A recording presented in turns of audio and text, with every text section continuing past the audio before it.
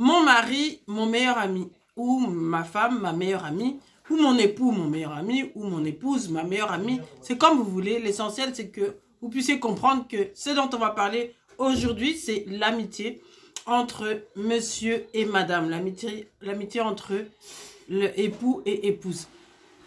Salut à tous, moi je suis Léna et ici on parle mariage, on parle vie de famille, on parle conseils et astuces. On veut tout ce qui peut faire en sorte qu'on ait des mariages réussis, des mariages qui triomphent, des mariages à succès.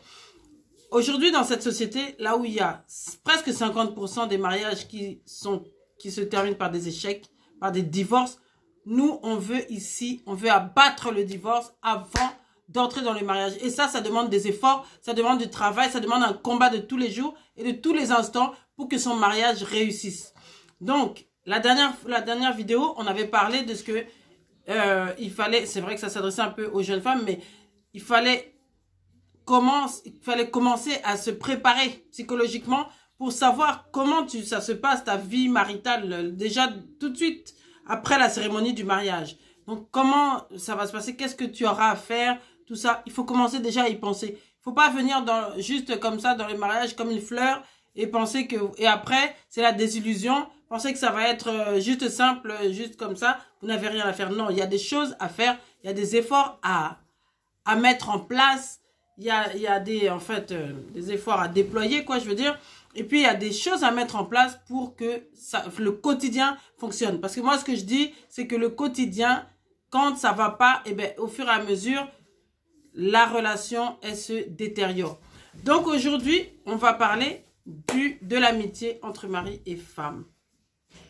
Moi, quand j'ai connu mon mari au départ, on s'entendait bien, on s'entendait très bien. Et puis, comme vous le savez, au départ, quand on vient de se connaître, on a le temps de se parler, on a des longues conversations.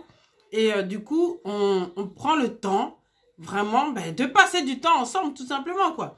Mais le problème, c'est que, en fait, on remarque, je ne sais pas si vous avez déjà remarqué, il y a même des couples, des fois, moi, j'observe beaucoup, et il y a même des couples que vous voyez, des fois, quand vous raisonnez, vous vous dites, mais j'ai jamais vu ce monsieur et son épouse se parler comme tel. Être assis, causer, discuter, même 5 minutes. J'ai jamais vu ça. Vous voyez, il y a des drôles de choses un petit peu qu'on voit quand on observe les couples. Le truc de l'amitié, c'est pour moi une clé indispensable au succès d'un mariage. Celui avec lequel ou celle avec laquelle tu es uni dans le mariage, ça doit être, ou ça doit devenir en tout cas, ton meilleur ou ta meilleure amie. La personne avec qui tu peux parler de tout ce dont tu as besoin. La personne à qui tu peux confier un sujet qui te préoccupe. C'est ça pour moi.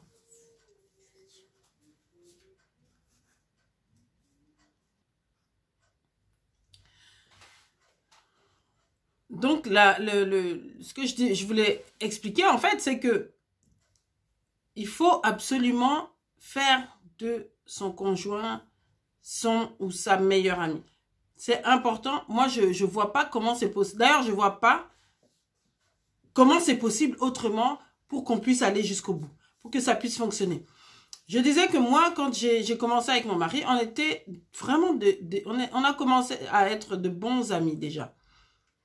On a commencé, en fait, on s'entendait bien. C'est vrai qu'on passait beaucoup de temps au téléphone.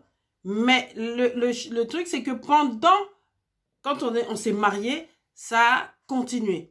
Et moi, c'est pour ça que je parle aussi à vous, mesdames. Prenez bien l'initiative d'expliquer à votre mari que les meilleures amies ne sont pas à l'extérieur de votre mariage. Elles ne sont pas à l'extérieur du foyer. Il n'y a pas une meilleure amie quelque part. Oui, non, moi je me confie plus, je m'entends bien avec les femmes, ou bien dans l'autre sens, les femmes qui a un meilleur ami quelque part. Oui, voilà, moi je m'entends mieux avec les hommes, tout ça là. Ça, c'est des histoires il faut vraiment arrêter. Si vous avez envie d'entrer dans le mariage et que vous avez envie de bien vous entendre avec votre mari, c'est lui, votre meilleur ami. En fait, il faut comprendre ça. Votre meilleur ami n'est personne d'autre que celui avec qui vous êtes marié. Et cette relation-là, il faut la construire. Et comment vous allez la construire? C'est-à-dire que c'est quelque chose de tous les jours. C'est un truc de tous les instants. Pour la construire, cette relation, il faut passer du temps ensemble. C'est ça le truc. Il faut pas... Parce que vous, il y a beaucoup de gens, une fois que c'est vrai que le mariage a commencé, on commence à perdre cette relation. Elle commence à se détériorer par le quotidien, par les petites choses de la vie. Voilà, on commence à se bouder, à se fâcher, machin, nanani. Et puis, petit à petit, vous commencez à perdre cette relation que vous aviez, alors qu'au départ, vous étiez déjà de bons amis. Parce que si vous en êtes arrivé à vous marier, vous n'êtes pas marié juste comme ça par hasard. Vous vous entendiez bien, vous aviez trouvé que vous avez des choses en commun et vous avez décidé de vous marier. Normalement, cette relation, elle doit aller en grandissant. Petit à petit, quand vous passez beaucoup de temps ensemble, vous devenez des amis. Donc, je disais, mesdames, il faut savoir apprendre aussi à votre mari que votre meilleur ami, c'est lui. Moi, c'est ce que j'ai fait. Moi, au départ, même si mon mari n'avait pas de meilleure amie femme, moi, j'avais dit à mon mari, ta meilleure amie, c'est moi. Celle qui est pour toi, c'est moi. Celle qui veut ton bien, franchement, c'est moi. Il n'y en a pas une autre dehors qui veut ton bien plus que moi. Donc, nous, on est des alliés. Moi, je suis ta meilleure amie. Je suis la meilleure amie que tu puisses avoir. Et toi, tu es comme le meilleur ami que je puisse avoir. Il n'y a pas un homme dehors qui peut être mon meilleur ami. Il n'y a pas un homme dehors à qui je peux déverser mon cœur à n'importe quel moment. Il n'y en a pas. Donc, c'est toi. Et donc, nous, on a commencé à grandir comme ça. Même si il y avait quand il y a des petits trucs, des mésententes où on n'est pas d'accord, mais au moins, on se parle, on se dit les choses. On apprend à se... Même si c'est toujours moi qui parle plus, parce que c'est toujours les femmes qui parlent le plus. Mais moi, j'ai travaillé pour ça, parce que déjà, c'est une manière aussi de mettre l'autre à l'aise, de pouvoir se confier à l'autre, de pouvoir parler de tout ce qui nous préoccupe. Moi, il n'y a pas grand-chose que je peux pas, dont je peux pas parler avec mon mari, ou dont je peux pas lui faire, que je peux pas partager avec lui, parce que j'ai besoin de cette relation-là. C'est une relation qui est vraiment primordiale pour moi, elle est importante. Cette relation d'amitié que j'ai avec mon mari, c'est celui à qui je raconte tout ce qui me préoccupe, c'est celui avec qui je rigole, c'est celui avec qui je pleure. Et messieurs, j'ai envie de vous dire, il faut que vous arriviez à comprendre ça. C'est que votre dame, elle a besoin justement que vous puissiez comprendre qu'elle a besoin de vous en termes d'amitié déjà. Là, on parle même pas... non, on parle en termes d'amitié. Elle a besoin de vous. Elle a besoin que vous puissiez comprendre des fois les choses par lesquelles elle passe. Et tout ça, ça ne peut pas se faire si vous êtes distant, si vous partagez rien, si vous vivez en colocation ou en côte à côte, mais vous vivez pas ensemble. Messieurs, vous devez apprendre à être attentifs à ces petits signes que votre femme vous montre, parce que des fois, vous voyez que ça va pas, mais vous passez à côté. Vous voyez bien qu'il y a quelque chose qui cloche, mais vous passez à côté. Même si vous parlez moins que nous, même si vous parlez pas beaucoup, vous n'avez pas la possibilité de laisser votre femme dans un état critique, alors que vous voyez bien qu'elle est préoccupée. Quand vous voyez ça, c'est qu'elle a besoin justement aussi que vous puissiez lui parler, vous puissiez vous intéresser. Beaucoup d'hommes, vous avez un peu de mal à comprendre ça. Vous avez besoin de vous intéresser simplement à elle. Des fois, vous les hommes, vous croyez qu'on a besoin de choses trop compliquées. Des fois, c'est pas ça. C'est pas des cadeaux, des choses trop compliquées qu'on vous demande. Des fois, c'est juste s'intéresser à elle, s'intéresser à son état d'âme de ce jour. Voilà. Bien sûr que nous, les femmes, on doit s'intéresser, mais les maris aussi, vous devez aussi apprendre. Parce que c'est comme ça que vous allez construire la relation avec votre épouse. Vous devez apprendre à lui demander, mais chérie, qu'est-ce qui se passe? Moi, je vois que tu es préoccupée. Comment ça va? Comment ça a été au boulot? Et telle situation que tu as vécue l'autre fois, ça va, ça s'est arrangé. Mais intéressez-vous un peu à ce que l'autre fait. Parce qu'en fait, si on n'a pas cette relation-là, moi, je vous assure, c'est pas possible de bâtir quelque chose de solide. C'est pas possible de bâtir cette complicité. Et vraiment, ça se bâtit. Je vous assure, ça se bâtit avec le temps. Ça se force pas. Ça se construit avec le temps. Et apprenez aussi à parler des sujets délicats, des sujets compliqués. Il faut savoir mettre les choses sur la table s'il y a quelque chose. Parce que justement, quand il commence à y avoir des petits non-dits, là, des choses qui sont embarrassantes, et alors on n'ose pas en parler, c'est là où le problème commence. Là, maintenant, on est en train de tout gâcher. Donc, mesdames, aussi, il faut qu'on arrête de parler par des signes ou par des... Des fois, il faut dire les choses avec des mots. Il faut être clair. Il faut dire, voilà, chérie, chérie, tu peux venir un peu. Voilà, regarde telle situation, regarde ceci, regarde cela. Mais qu'est-ce que tu penses de machin, de ceci, de cela? Parler, il faut vraiment avoir cette habitude-là de parler et de pouvoir parler de tout. Et vous n'êtes pas obligé de parler toujours à la maison. Allez prendre un café, moi, je sais pas. Allez, arrêtez-vous quelque part. Allez prendre un resto. C'est vrai que, allez faire un resto. C'est vrai que beaucoup de couples, c'est trop la routine. C'est ça qui nous détruit, c'est la routine. Allez prendre un verre, allez faire ce que vous voulez, allez au cinéma, monsieur, madame.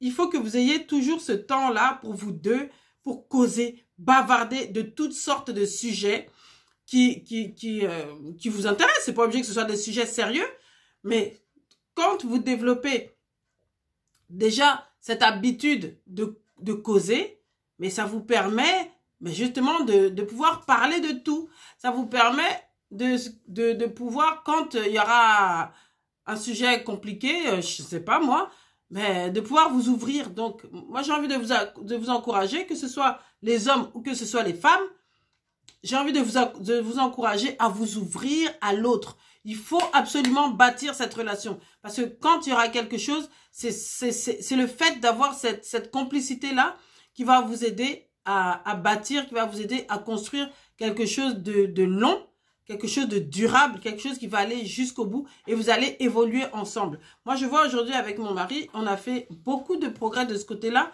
Il y a beaucoup de choses qu'on n'a pas besoin de se dire. On se comprend vraiment beaucoup. Et quand on regarde les années vraiment en arrière, mais on voit bien qu'on a progressé. Alors, ce que j'ai envie de dire aussi, c'est que les jeunes couples, les gens qui viennent de se marier, j'ai envie de vous dire, les premières années, c'est pas les plus simples, c'est vrai, c'est pas les plus faciles. Donc, c'est pas la peine de se dire au bout d'un an, 2 ans, 3 ans, ouais, ça y est, ça ne marche pas, on va arrêter. C'est pas comme ça. Il faut persévérer justement. Parce que la réussite, le succès de votre mariage, il se construit tous les jours. Tous les jours, tous les jours. Et n'hésitez pas à manifester vraiment de l'intérêt pour l'autre. C'est ça. Votre ami, peut-être votre meilleure amie femme dehors, vous êtes pressé de lui raconter telle ou telle chose. Vous êtes pressé de partager avec elle, de lui dire, ah, tu sais, oh, t'as pas vu, moi je suis allée là, j'ai acheté ça, t'as pas vu telle robe, telle chaussure, nanani. Bon, même si c'est peut-être pas avec votre mari que vous allez peut-être parler de chaussures parce que ça n'intéresse pas. Mais je veux dire, vous devez avoir cette habitude-là, cette facilité-là. Il y a des couples, tu les vois, donc t'as jamais vu un échange de paroles. Jamais. Des fois même, pardon, excusez-moi, des fois même au restaurant ou quelque part, moi j'aime bien observer, voir ce qui se passe un petit peu. Et des fois, il y a des gens, tu vois que c'est monsieur, madame, mais t'as pas vu même un sourire. Un sourire, tu l'as pas vu. T'as pas vu même une petite rigolade entre les deux, tu l'as pas vu. Un échange, tu vois, c'est important. Donc vraiment, prenez l'habitude de manifester votre intérêt à l'autre. Voilà, il y a pas ici, il y a pas question d'amour propre ou d'orgueil ou de je sais pas quoi. Non, si vous avez choisi l'autre, c'est que vous l'aimez, vous vous êtes intéressé à elle, vous êtes intéressé à lui, mais c'est le moment de lui manifester justement cet intérêt que vous aviez et de prendre vraiment le temps de passer du temps. Amusez-vous. C'est comme ça que vous allez construire votre amitié. Sortez, faites allez faire du sport ensemble. Vous devez faire beaucoup de choses ensemble. Il n'y a pas de mystère, il n'y a pas de magie. Si vous avez envie vraiment d'aller loin dans votre mariage, vous devez passer du temps ensemble avec l'autre parce que au fur et à mesure, on apprend à se connaître. Et ça va être comme ça tout au long du mariage. Donc vraiment, ça c'est quelque chose de très important parce que moi, j'avais vraiment envie de vous partager ça parce que je le vis. Moi, j'ai fait de mon mari mon meilleur ami. Et d'ailleurs, là, je suis très contente parce que ce matin, il est rentré de voyage. Et il m'a tellement manqué que j'avais pas imaginé qu'il allait tellement me manquer à ce point. Et je me suis encore rendu compte que, mais vraiment, c'est mon meilleur ami. C'est mon meilleur ami, c'est mon meilleur ami. Donc, je vous encourage vraiment à faire ça. Je vous encourage vraiment à prendre le temps de bâtir cette relation solide.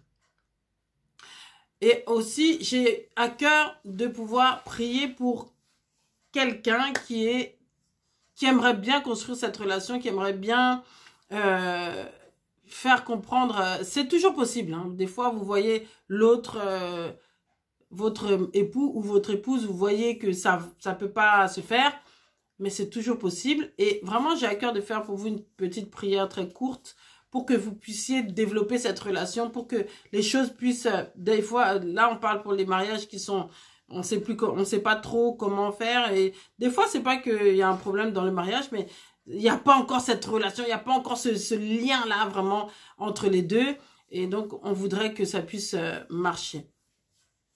C'est vrai que je suis chrétienne, je sais pas si vous l'êtes pas, vous avez le droit de prier aussi votre Dieu. En tout cas, ce qui est sûr et qui est vrai, c'est qu'on a tous un créateur. Donc, reportez-vous-en à votre créateur.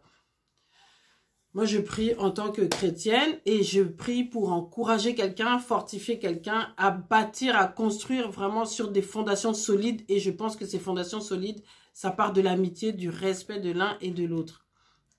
Donc, voilà. Père éternel, Seigneur, je te bénis, je te donne toute la gloire. Vraiment, ici, je veux prier pour un couple ou quelqu'un qui me regarde et qui a envie de bâtir une relation solide avec son conjoint. Quelqu'un peut-être qui se dit, mais moi, avec mon mari, il est trop ceci, il est trop cela, ça peut pas marcher, j'arrive pas à communiquer avec lui. Peut-être quelqu'un qui est désespéré parce que voilà, moi, ma femme, elle est trop comme ci, trop comme ça, je sais pas comment ça peut arriver, comment est-ce que notre relation est déjà arrivée trop loin et on n'arrive pas à, on peut pas fonctionner comme ça. Seigneur, ce sont des personnes qui n'ont peut-être pas commencé par l'amitié, mais je prie, Père éternel, pour que tu puisses vraiment te manifester vraiment dans les couples qui ont besoin, qui n'ont pas démarré leur relation vraiment avec une amitié solide. Dans les couples qui n'ont pas encore compris qu'ils ont besoin de construire cette relation d'amitié. Je prie vraiment, Père éternel, que tu puisses aider quelqu'un qui suit cette vidéo à prendre de nouvelles résolutions et pas des résolutions de la nouvelle année, des vraies résolutions qui vont se réaliser, vraiment des résolutions pour changer la relation avec l'autre. Que cette personne qui est en train de suivre la vidéo, et peut-être pas son conjoint, eh bien, que cette personne-là prenne l'initiative de mettre des choses en place pour construire vraiment justement cette amitié solide. Éternel, vraiment, je te dis merci parce que je sais que quelqu'un est en train de regarder cette vidéo et que quelqu'un a besoin justement de ce conseil-là. Que toute la gloire te revienne au nom de Jésus. Amen. Alors, voilà, je suis sûre que ça va aider quelqu'un. C'est primordial. Soyez les meilleurs amis du monde et vous allez voir que le mariage, ça sera... Je vous dis à bientôt. Portez-vous bien. Et likez la vidéo. Mettez des commentaires aussi. Parce que je vois qu'il y a beaucoup de gens qui suivent les vidéos. Mais il n'y a pas beaucoup de commentaires. Donc moi, j'ai besoin de vos commentaires. J'ai besoin de savoir de ce dont vous avez envie qu'on parle. J'ai besoin de savoir comment... Voilà. Ce que vous avez à dire par rapport à la vidéo également. Voilà. Partagez aussi la vidéo à quelqu'un qui en a besoin. Je vous dis bye bye.